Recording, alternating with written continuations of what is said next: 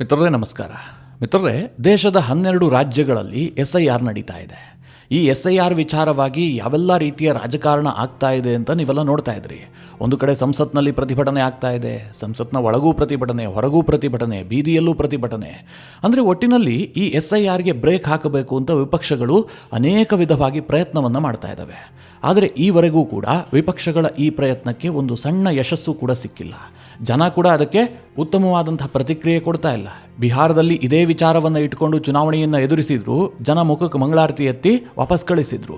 ಇಷ್ಟಾದರೂ ವಿಪಕ್ಷಗಳಿಗೆ ಬುದ್ಧಿ ಬಂದಿಲ್ಲ, ಅದೇ ವಿಚಾರವನ್ನು ಮುಂದುವರಿಸೋದಕ್ಕೆ ಯತ್ನ ಮಾಡ್ತಾ ಇದ್ದಾವೆ. ಈ ಸಂದರ್ಭದಲ್ಲಿ ಈ ವಿಪಕ್ಷಗಳೆಲ್ಲ ಸೇರಿಕೊಂಡು SIRಗೆ ತಡೆ ಒಡ್ಡೋದಕ್ಕೆ ಅಂತಿಮವಾದಂಥ ಒಂದು ಪ್ರಯತ್ನವನ್ನು ಮಾಡಿದ್ವು. ಅದೇನು ಕೇಳಿದ್ರೆ, ಸುಪ್ರೀಂ ಕೋರ್ಟ್ನಲ್ಲಿ ಒಂದು ಅರ್ಜಿ ಹಾಕಿದ್ವು. ಚುನಾವಣಾ ಆಯೋಗ SIR ಅನ್ನು ನಡೆಸ್ತಾ ಇದೆಯಲ್ಲ, ಬಹಳ ಜಲ್ದಿಬಾಜಿ ಮಾಡ್ತಾ ಇದೆ.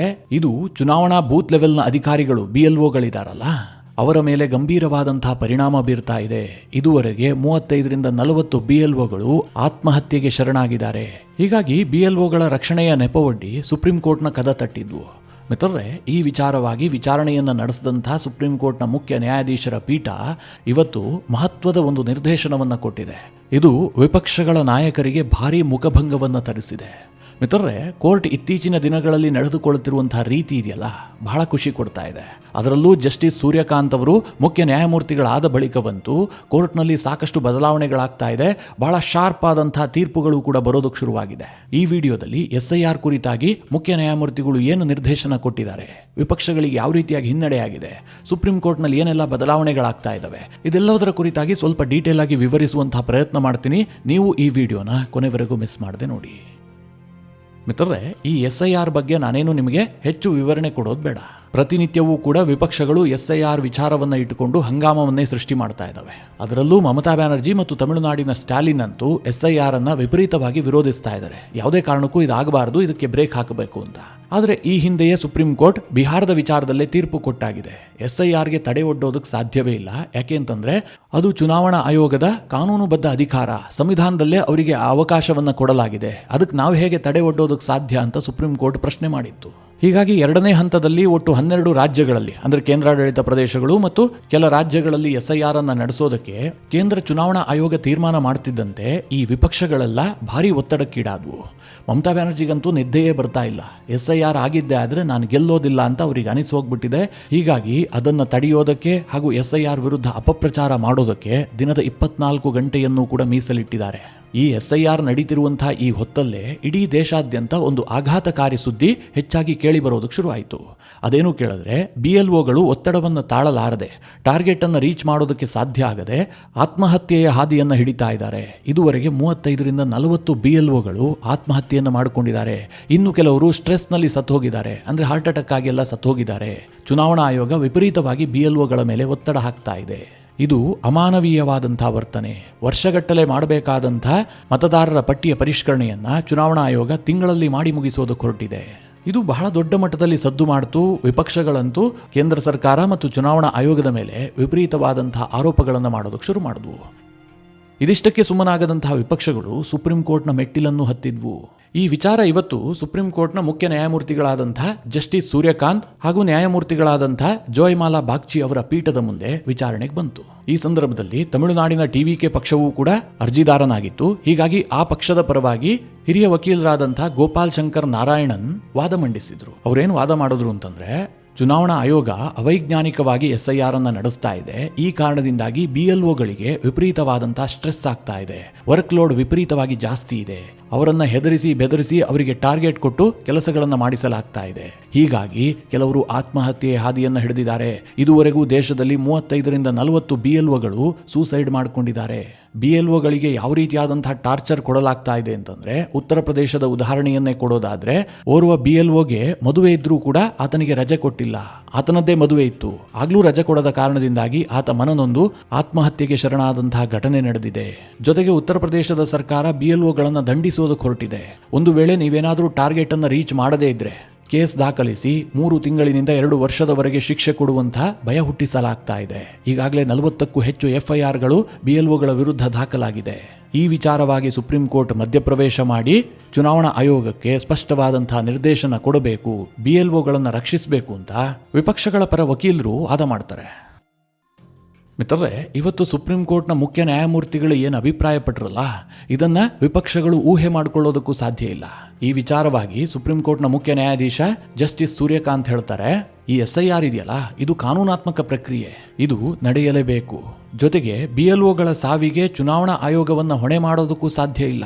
ಈ ವಿಚಾರವಾಗಿ ಎಲೆಕ್ಷನ್ ಕಮಿಷನ್ಗೆ ರಾಜ್ಯ ಸರ್ಕಾರಗಳು ಸಹಕಾರವನ್ನು ಕೊಡಬೇಕು.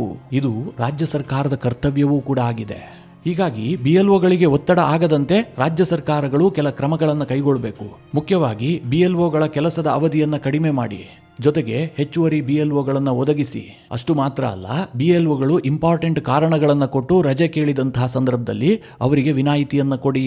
ಉದಾಹರಣೆಗೆ ಮದುವೆ ಇರಬಹುದು, ಹೆಲ್ತ್ ರೀಸನ್ ಇರಬಹುದು, ಇಂಥದ್ದನ್ನೆಲ್ಲ ಡಿನೈ ಮಾಡಬೇಡಿ. ಯಾರು ರಜೆ ಹಾಕ್ತಾರೋ ಅವ್ರ ಪ್ಲೇಸ್ಗೆ ಇನ್ನೊಬ್ಬರನ್ನ ನೇಮಿಸಿ, ಅದಕ್ಕೂ ಕೂಡ ಡಿಲೇ ಮಾಡಬೇಡಿ. ಅಂದ್ರೆ ಸುಪ್ರೀಂ ಕೋರ್ಟ್ ಏನು ಹೇಳ್ತು ಕೇಳಿದ್ರೆ, SIR ಪ್ರಕ್ರಿಯೆಗೆ ಚುನಾವಣಾ ಆಯೋಗದ ಜೊತೆಗೆ ರಾಜ್ಯ ಸರ್ಕಾರಗಳು ಕೈ ಜೋಡಿಸಬೇಕು. ನೀವು ಇದರಿಂದ ನುಣುಚಿಕೊಂಡು BLOಗಳು ಸಾಯ್ತಾ ಇದ್ದಾರೆ, ಇದಕ್ಕೆಲ್ಲ ಚುನಾವಣಾ ಆಯೋಗ ಕಾರಣ ಅಂತ ಹೊಣೆ ಮಾಡಿಕೊಂಡು ಪ್ರತಿಭಟಿಸ್ತಾ ಕೂರೋದಕ್ಕೆ ಸಾಧ್ಯ ಇಲ್ಲ. ಇದರಲ್ಲಿ ನಿಮ್ಮದು ಜವಾಬ್ದಾರಿ ಇದೆ ಅಂತ ರಾಜ್ಯ ಸರ್ಕಾರಗಳ ಕಿವಿ ಹಿಂಡುವಂತಹ ಕೆಲಸವನ್ನ ಸುಪ್ರೀಂ ಕೋರ್ಟ್ ಇವತ್ತು ಮಾಡಿದೆ. ಮಿತ್ರರೇ, ಸುಪ್ರೀಂ ಕೋರ್ಟ್ನ ಈ ಡೈರೆಕ್ಷನ್ ಇದೆಯಲ್ಲ, ಇದು ಮುಖ್ಯವಾಗಿ ಸ್ಟಾಲಿನ್ ಸರ್ಕಾರ ಮತ್ತು ಮಮತಾ ಬ್ಯಾನರ್ಜಿ ಅವರ ಸರ್ಕಾರಕ್ಕೆ ಭಾರಿ ದೊಡ್ಡ ಮುಖಭಂಗವನ್ನು ತರಿಸಿದೆ. ಅಂದರೆ ಯಾವುದೇ ಕಾರಣಕ್ಕೂ ಕೂಡ SIR ವಿಚಾರದಲ್ಲಿ ವಿವಾದವೇ ಇಲ್ಲ.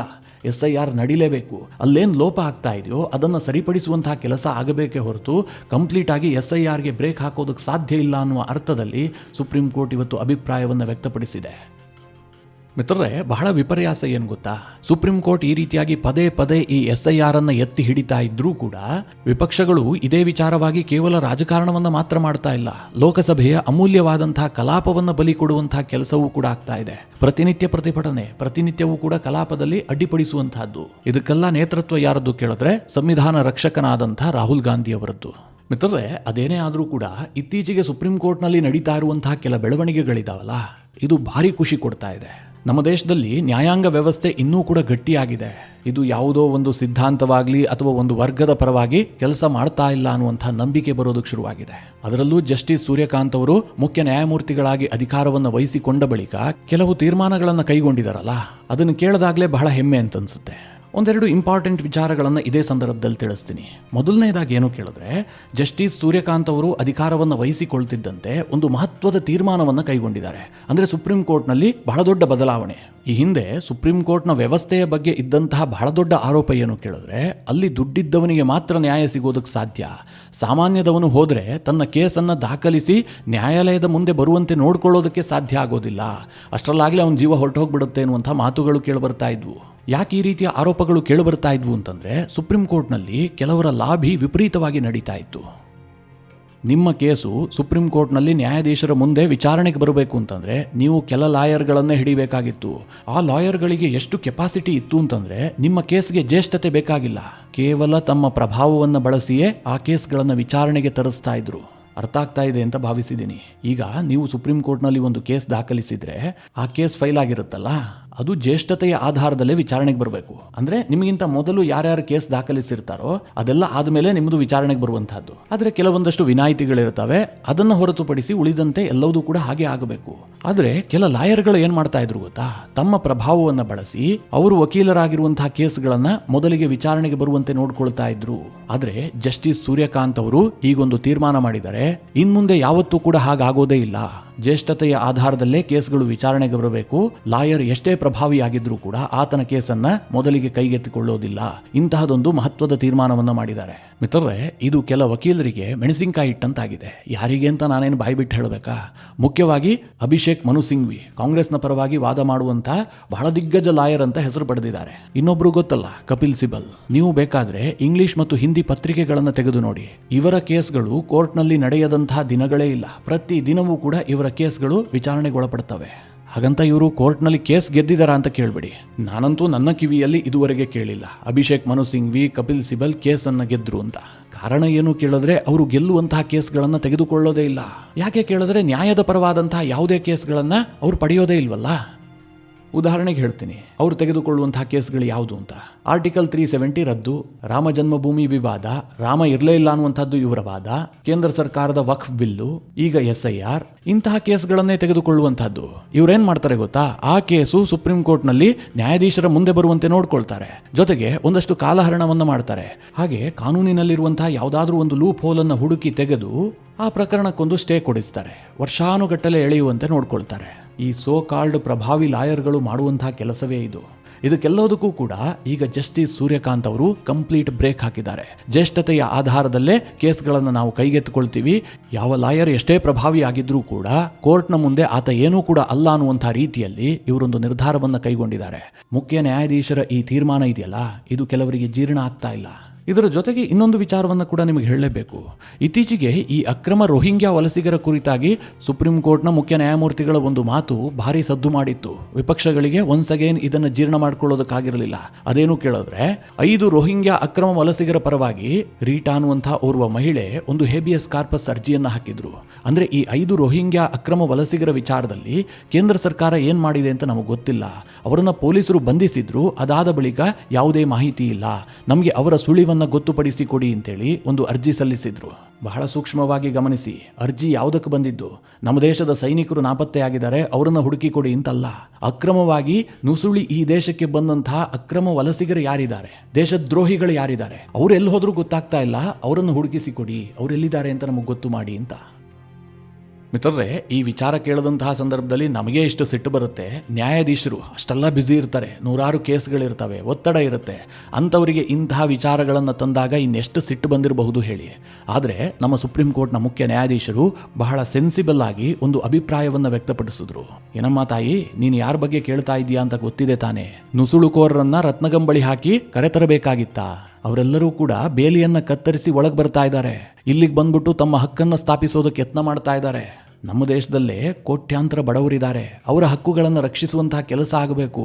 ಅದರ ಬಗ್ಗೆ ಚರ್ಚೆ ಮಾಡೋದನ್ನ ಬಿಟ್ಟು ಇಂತಹ ವಿಚಾರಗಳನ್ನೆಲ್ಲ ಕೋರ್ಟ್ ಮುಂದೆ ತರ್ತಿರಲ್ಲ, ಇದೆಲ್ಲ ತಪ್ಪು ಅನ್ನುವ ಅರ್ಥದಲ್ಲಿ ಮುಖ್ಯ ನ್ಯಾಯಮೂರ್ತಿ ಜಸ್ಟಿಸ್ ಸೂರ್ಯಕಾಂತ್ ಅವರು ಒಂದು ಬಹಳ ಹರಿತವಾದಂತಹ ಅಭಿಪ್ರಾಯವನ್ನು ವ್ಯಕ್ತಪಡಿಸಿದ್ರು. ಇದು ಏನನ್ನ ಸೂಚಿಸ್ತಾ ಇದೆ ಅಂತಂದ್ರೆ, ನ್ಯಾಯಾಲಯ ಯಾವುದೇ ಕಾರಣಕ್ಕೂ ಕೂಡ ಅಕ್ರಮ ವಲಸಿಗರನ್ನ ರಕ್ಷಿಸೋದಕ್ಕೆ ಮುಂದಾಗೋದಿಲ್ಲ. ಮಾನವ ಹಕ್ಕುಗಳು, ಮಾನವೀಯ ನೆಲೆಗಟ್ಟು, ಈ ಎಲ್ಲ ವಿಚಾರವನ್ನು ಇಟ್ಟುಕೊಂಡು ಅಕ್ರಮ ವಲಸಿಗರ ವಿಚಾರದಲ್ಲಿ ಕೋರ್ಟಿಗೆ ಬರಲೇಬೇಡಿ ಅನ್ನುವ ರೀತಿಯಲ್ಲಿ ಮುಖ್ಯ ನ್ಯಾಯಮೂರ್ತಿ ಸೂರ್ಯಕಾಂತ್ ಅವರು ಒಂದು ಸ್ಪಷ್ಟವಾದಂತಹ ನಿರ್ದೇಶನವನ್ನು ಕೊಟ್ಟಿದ್ದಾರೆ. ಮಿತ್ರರೇ, ಕೋರ್ಟ್ನಲ್ಲಿ ಆಗ್ತಿರುವಂತಹ ಈ ಡೆವಲಪ್ಮೆಂಟ್ಗಳಿದಾವಲ್ಲ, ಇದೆಲ್ಲವೂ ಕೂಡ ಈ ವಿಪಕ್ಷಗಳು ಮತ್ತು ಎಡಚರರಿಗೆ ಅರಗಿಸಿಕೊಳ್ಳೋದಕ್ಕಾಗ್ತಾ ಇಲ್ಲ. ಮಿತ್ರರೇ, ಈ ಎಲ್ಲ ವಿಚಾರಗಳ ಕುರಿತಾಗಿ ನಿಮ್ಮ ಅನಿಸಿಕೆ ಅಭಿಪ್ರಾಯಗಳೇನು ಕಮೆಂಟ್ ಮಾಡುವ ಮೂಲಕ ನಮಗೆ ತಿಳಿಸಿ. ಹಾಗೆ ನಿಮಗೆ ಈ ವಿಡಿಯೋ ಇಷ್ಟವಾದರೆ ಲೈಕ್ ಮಾಡಿ, ಜೊತೆಗೆ ನೀವಿನ್ನೂ ನಿಮ್ಮ ನೆಚ್ಚಿನ ಸಂಸ್ಕಾರ ಸೌರಭ ಯೂಟ್ಯೂಬ್ ಚಾನಲ್ನ ಸಬ್ಸ್ಕ್ರೈಬ್ ಮಾಡಿಲ್ಲ ಅಂತಾದರೆ ಈ ಕೂಡಲೇ ಸಬ್ಸ್ಕ್ರೈಬ್ ಮಾಡಿ. ಮುಂದಿನ ಎಲ್ಲ ಅಪ್ಡೇಟ್ಗಳ ನೋಟಿಫಿಕೇಷನ್ಗಾಗಿ ಬೆಲ್ ಐಕಾನ್ ಒತ್ತಿ.